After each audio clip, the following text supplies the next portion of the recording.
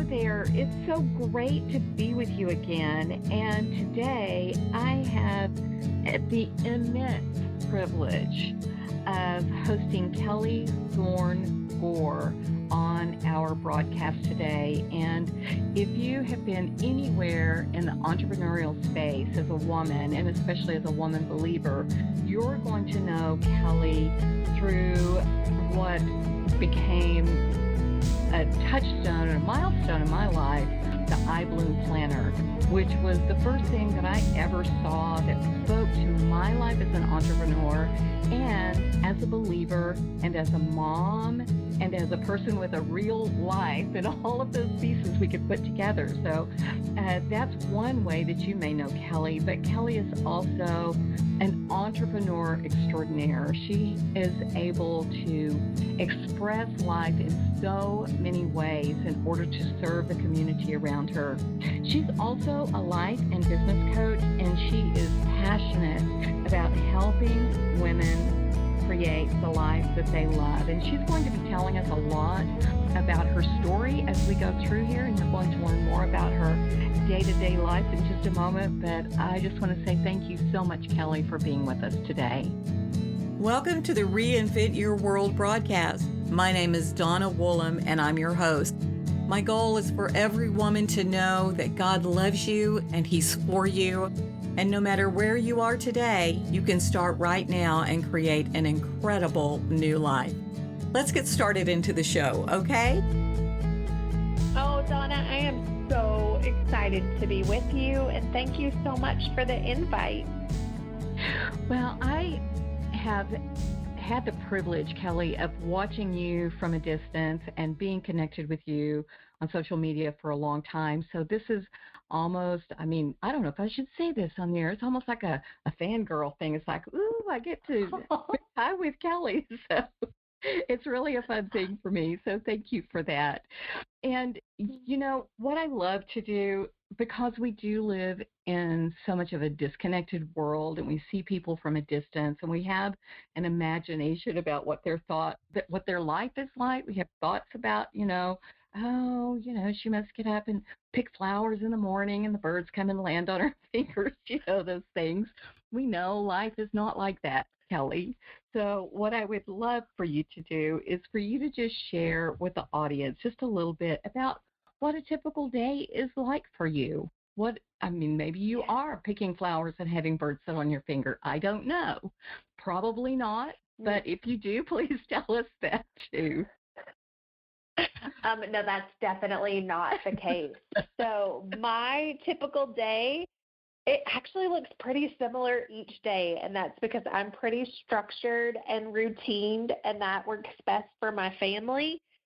So I wake up just about every morning at 6 o'clock, except on the weekends when I love to sleep in later. And my focus in the morning, it used to be like I wanted to have this like amazing time with God, and I wanted to wake up before everyone, but I realized that didn't quite work for me. And so now I wake up and I get to work in many ways of getting my family set up for success for the day. So you'll find me early in the morning packing lunches and making breakfast and doing laundry and cleaning the kitchen while everybody eats and we're together.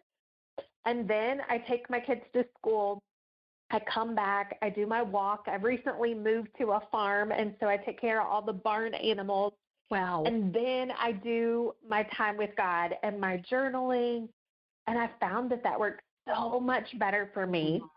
And then I do a few hours of work, like 5-6 hours before I pick up my kids. And that work looks like, encouraging and inspiring people on social media.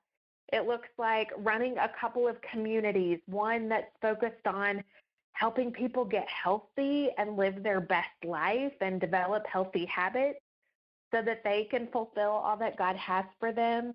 I run another community that's focused on helping people identify their big dreams and then how are they going to play that out on a daily basis.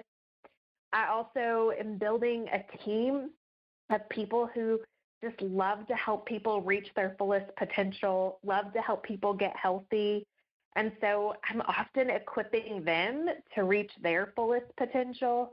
So that's kind of what my work day looks like. Then I pick up my kids. We do afternoon fun. I'll often ask my kids, what do they feel like they need on the way home? And sometimes that's jumping on the trampoline or coloring pages, or they just want to veg and watch a show. So we do that. I fix dinner. We have dinner as a family just about every night. And you will always find us playing the game Would You Rather. It's our favorite. And then we do bedtime stuff. So it's a pretty typical average day, but in this season of my life with young kids, it's what works for us. And it gives me the perfect balance of getting to live into my priorities of being healthy, my priority as a wife, as a mom, and getting to do work that's meaningful that I love. So it feels pretty average most days, but it works really well for us. And it's been an intentional decision to create a schedule and a routine and a life that I love living and that works best for our family. And so I'm just a huge advocate of people creating the routines and the rhythms that work best for you and making time for things that really bring you joy.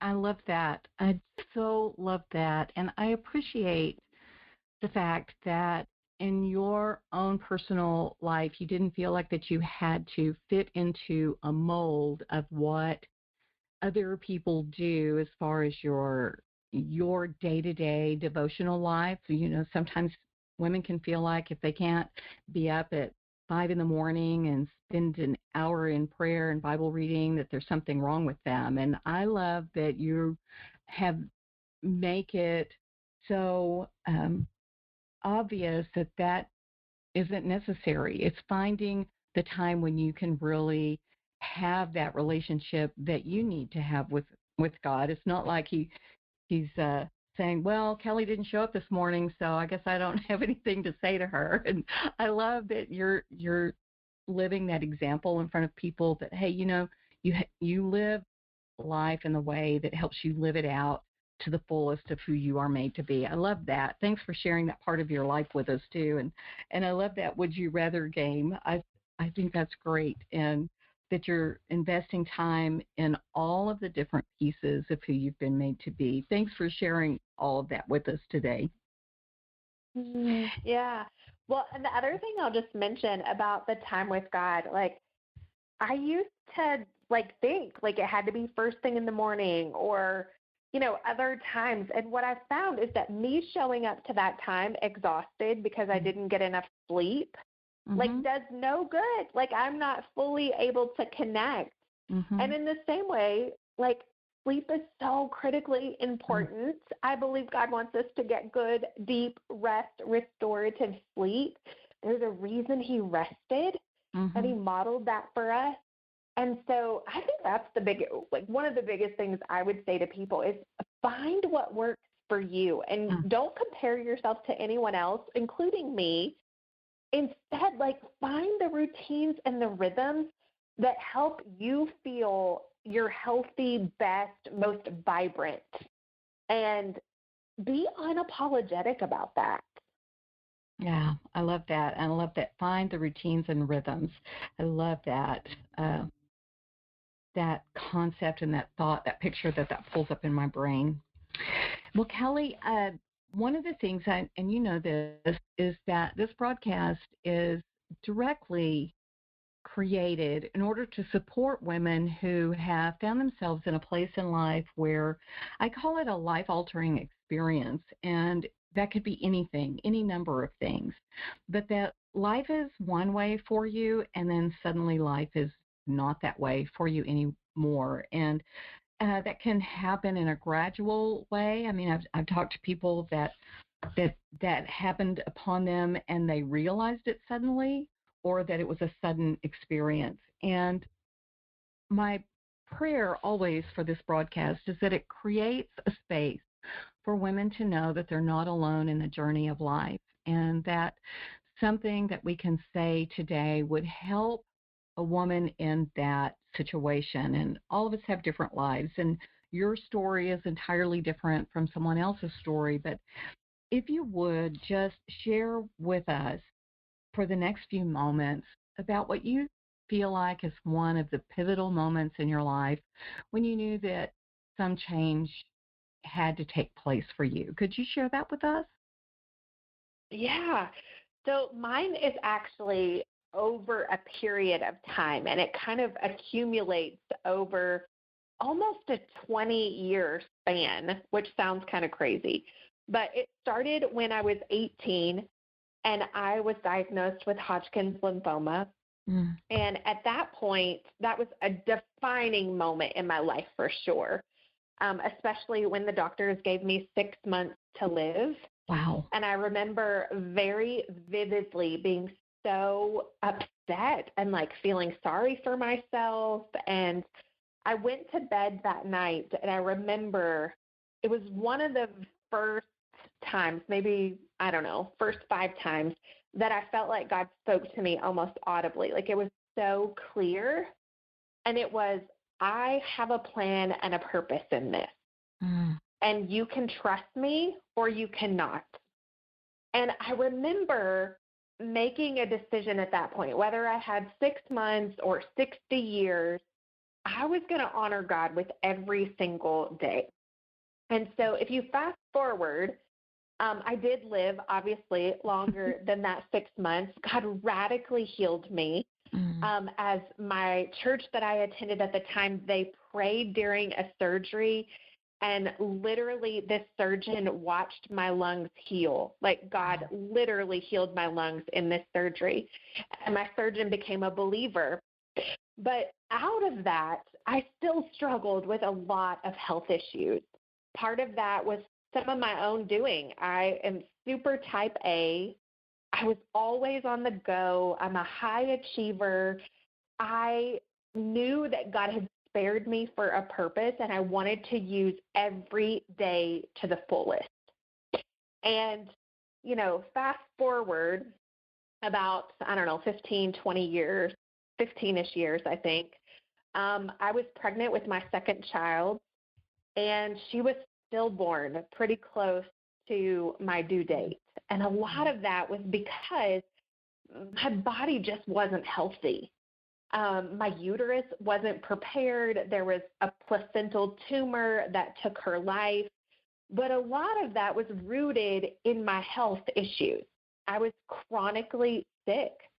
And after her death, I almost died giving birth to her and was rushed to an emergency OR because that tumor, when it was delivered, it literally had taken all her blood and was taking all of mine. Wow. And so out of that, there was a series of events physically. So not only is there the emotional aspect of losing a child and going through that, there's the physical side of then needing blood transfusions and iron transfusions and like literally being on death's door. If you don't get blood, you can't survive.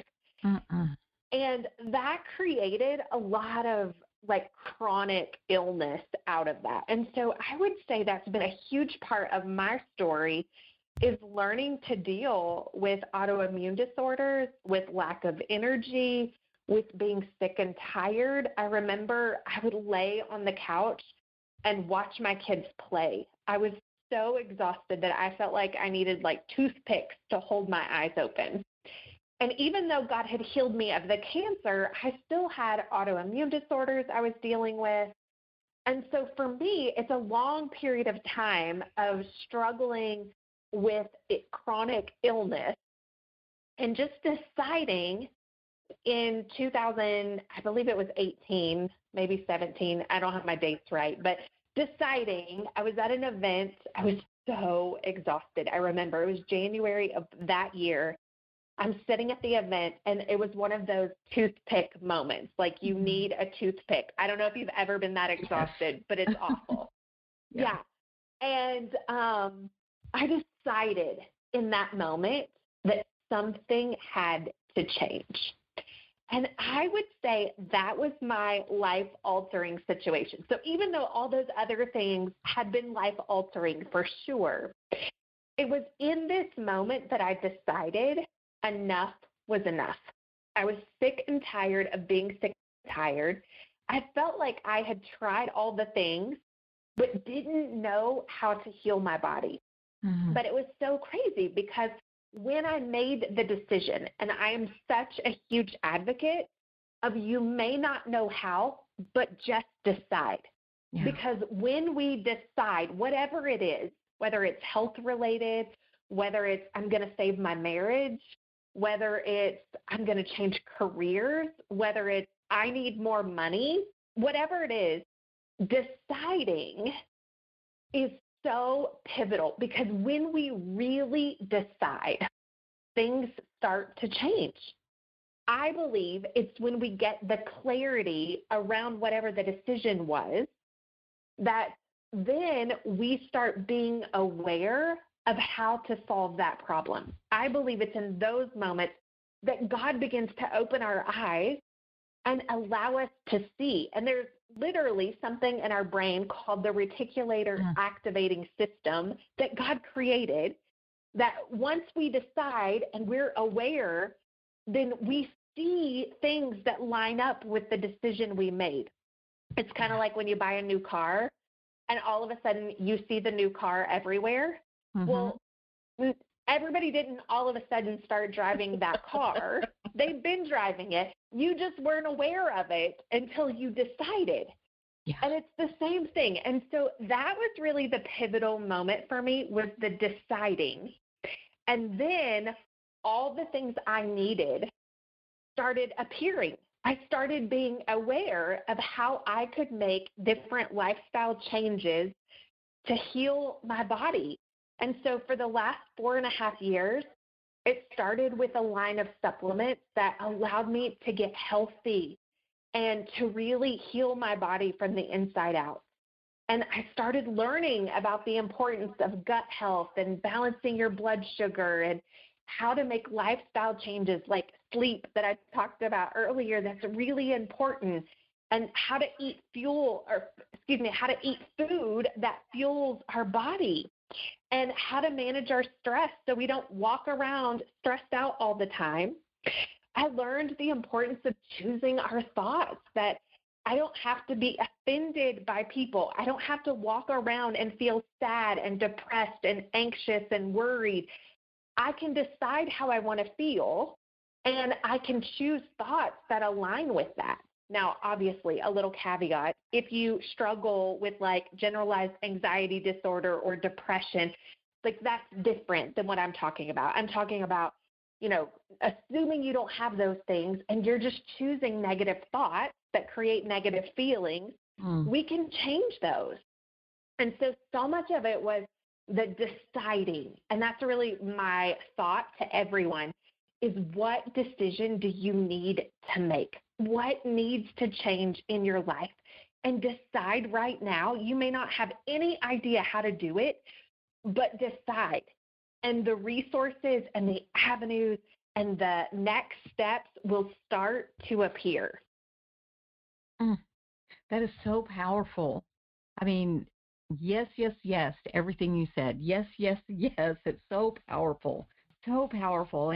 And thank you for sharing that picture of your life and how the miraculous and the day-to-day and how they worked together in that. Thank you for sharing all of that. And my question in that, Kelly, as I was listening to you, is when you were going through these, and I know that this is a longer period of time, but what did you discover about yourself during these times that you were surprised by? I know from myself personally, there have been times when I've gone through things and it showed things that weren't so great. And I'm thankful for that now because I know that I needed to change. But I also discovered some things about myself that I was like, wow, I didn't even know that was in me. That I'm so thankful that that's inside of me. So what about you? What are some things that you discovered about yourself? And you can choose just any one of these time frames that really surprised you? Yeah, so there are a couple of things. One is because there were so many things outside of my control, I became a bit of a control freak. Mm. And I tried to control myself, but I also tried to control other people, and that never works out, in case you're wondering. It puts a lot on you, and I've since realized, like, that is no way to live, and I'm just going to let people take care of themselves. And, you know, the other piece of that, the second part of it kind of goes along with the control, too. I was such a people pleaser. Mm. I lived a lot of my life to not offend people, and I wanted people to be happy, whether that was starting out younger as my parents. Like, I wanted to please them. I didn't want to disappoint them. And then that came out later in life, too. And I believe both of those things probably led to a lot of the autoimmune disorders and my body fighting itself, because I was trying to handle all these things when really that's God's role. And we got to leave those things to God, and we can't live our lives trying to please other people. And so the biggest thing I learned out of this was I had to put my oxygen mask on first. Mm. I had always wondered, when I was on an airplane and they tell you, you know, if we lose pressure and the oxygen masks drop, be sure to put it on yourself first. And I had always wondered, like, if I was actually traveling with my kids, would I be able to do that? Or would my instinct be to take care of them first? And what I've really realized through so much of this, on the positive side, is I've learned how to take care of myself. I've learned that it's not selfish to put my health as a priority. I've learned how to put my oxygen mask on so I can show up as the wife and the mom and the business owner and all the other roles that I have, and do those well. I love that. And as you were talking about that, I thought about you telling us earlier that when you pick up your children from school, you ask them, what do they need? And now you have the strength and the ability to help them get what they need because you've taken care of yourself. And Absolutely. Yeah. that is a beautiful, beautiful thing. You're able to help your team members. You're able to help your community. You're able to do all of those things because you've made sure that you took care of yourself. And that's a powerful example to everybody that if you want to do more, it's not about doing more. It's about doing the right things in the right time frame, I think. So, Yes.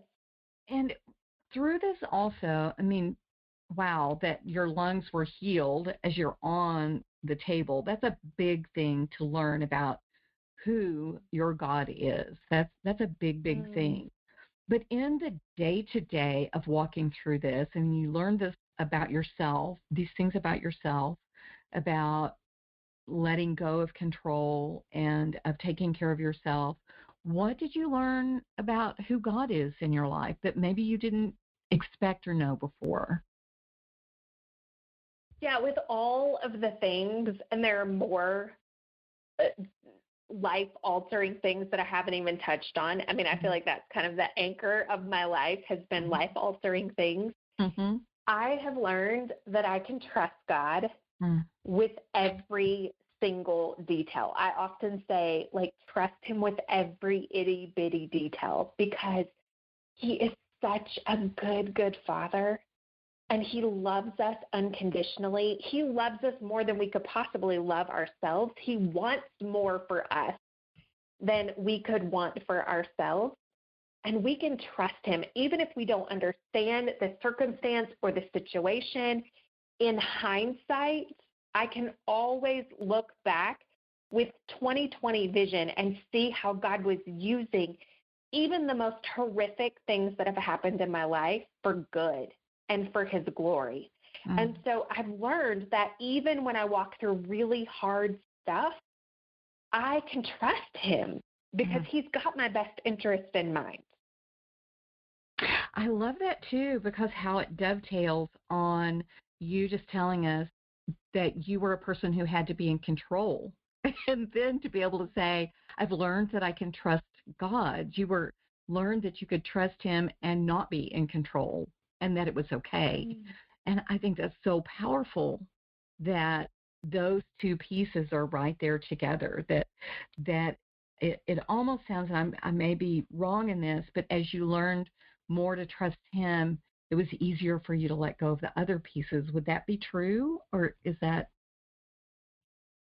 Yeah, I would say that's true. I still have some areas where I like to control. Like if we ride in a car together, Donna, I'm going to drive. So all of my friends, my family, even my husband, he's like, yeah, she's going to drive. And part of that is because I get a little car sick otherwise. But there are certain areas I still like to be in control. I've just learned that I don't have to be in control, that God can take care of so many of the things. So, yeah, I think, it's been I don't know, the visual I have is like, it was like I had my fingers pried to whatever, and like they're slowly loosening, and I can trust God, but I also believe that he gives us opportunities and knowledge and creativity, and he doesn't want us to just blindly have faith and trust him. So I'll give you an example. For a long time, I would pray that God would just heal me of these autoimmune disorders, that he would just heal me of, I had horrible menstrual cycles for much of my life. And I would, literally almost bleed to death when I would have a period. And I would have to have blood transfusions. I would have to have D&Cs to stop my periods. We're talking some major health things. Wow. And I would pray, and I would go to prayer centers, and people would pray and believe God for deliverance. But what I realized is God gave me the tools.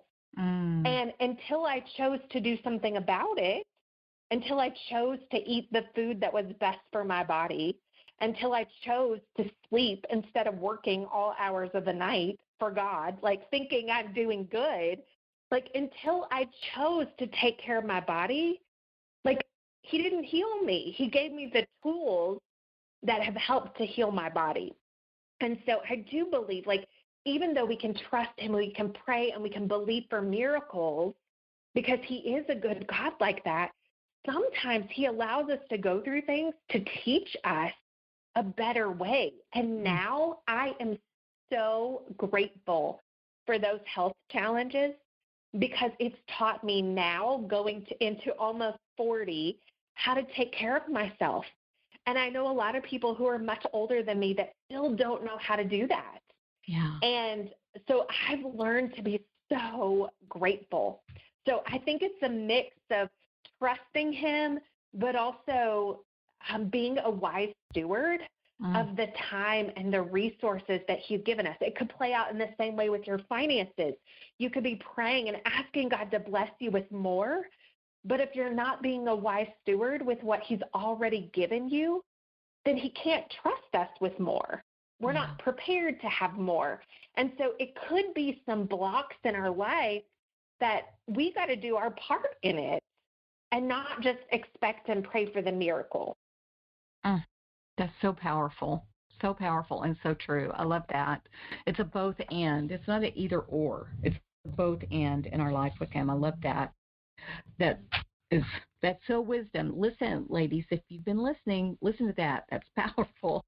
So one of the things that I'd like to be able to do for you now, or for our listeners, is that in these last few minutes of our conversation together, a couple of different things. First of all, there may be some things that we haven't talked about that you really wish that you had talked about. And so in this time, feel free to say any of those things that are in your heart, but also just to imagine that you're sitting across from a woman in your living room and she's saying, Kelly, I've just got these challenges. What would you tell her? And so from your heart, speak to the woman who's listening right now? I would say, first of all, you don't have to do more. Like, God loves you just the way you are. He hasn't forgotten you. He hasn't forsaken you. He loves you. You are his daughter, and you are the daughter of the King of the universe. As my friend Shay Bynes, who wrote the book Grace Over Grind, she says, we have access to all of heaven's resources. And so my thing would be decide, like, get really clear on those deep longings of your heart. What do you really want God to do? If Jesus was to say to you, sweetheart, daughter, what can I do for you? If he was to say that to you, what would be your answer? And your answer is then the decision you're going to make. And when we make that decision, God starts to put the resources, the opportunities, the things in front of us so that we can see. But I find that so many women don't really know what they want. Maybe they think it's selfish to want or desire more for their life. But if you are somebody who's listening and you know you were made for more, I just want to encourage you to drop that shame and guilt and know that God put that in your heart. I always knew that as a child even. I would hear this longing that I was made for more. And I grew up in a church at the time that saw that as wrong. And I've learned that no, that was a longing that God put in my heart. He had something more for me. And it's taken me a long time to figure out what that more is and what that looks like. But if you've got that longing, just trust that it's from God and get really clear on what those desires are. Because if you're spending time with him, he is shaping your desires to match his desires for you. And so it's not selfish to pursue those dreams and longings of your heart. So what are those desires? What would you love for God to do? One of the questions I like to ask as a coach is, if we could wave a magic wand and create your perfect life, your ideal life, the life that you love, what would it look like? And if you don't know the answer to that, spend some time with God and ask him to show you. Because I believe he's created you with a purpose. And he has a plan for you, and he's put those dreams in your heart for a purpose. And it would be selfish to not pursue them. It would be selfish for you to stop dreaming because maybe you've been hurt, or maybe those dreams haven't become a reality yet. And so you've just quit on yourself. And so I would encourage you to start to dream again. Maybe you need to say that prayer of, God, help my unbelief. I want to believe, but I've got unbelief. So help my unbelief. And start dreaming. Start deciding what you want your life to look like. And then just take each next step that God shows you. Because he is a good, good father, and he loves you. And he wants to use you, I believe, to make a difference in the world. He's given you a message to share, and it matters. Thank you, Kelly. Thank you so much. Thank you. Thank you. I know that there are going to be so many people who want to get in touch with you as a result of this conversation. Could you just, I'll have all the different ways in the show notes, but if there's just one better way for people to get in touch with you, what is the best way? Yeah, so I'm on Facebook as a business page, Coach Kelly Thorne Gore. We'll put the link to that. I'm on Instagram as Kelly Thorne Gore. You can find me at my website, which is kellythornegore.com, and it's Thorne with an E. And I would love to connect with you. So send me a private message, connect with me on one of those platforms, and let me know how I can be praying for you, because I just feel so blessed when God allows our paths to cross, and I would love to connect with you. Well, we will make sure that every way that they can reach you, they will be able to reach you. Thank you so much for sharing your time with us today and for sharing your story of continuing even to move through things that have changed your life and have brought you to the place where you are today. Thank you so much, Kelly. Oh, thank you so much for having me. Thank you so much for joining us today. I really hope that something that you heard helped you to be encouraged and inspired. And in fact, if it has, would you do me a favor? Would you please just share this with a friend of yours? And join me over on social media on Facebook and Instagram. Well, you know, wherever you are, I'm probably there too. But be sure and go to the website donnawoolham.com and grab the free resources that we have for you. Thanks again, and have a wonderful Living at My Best day.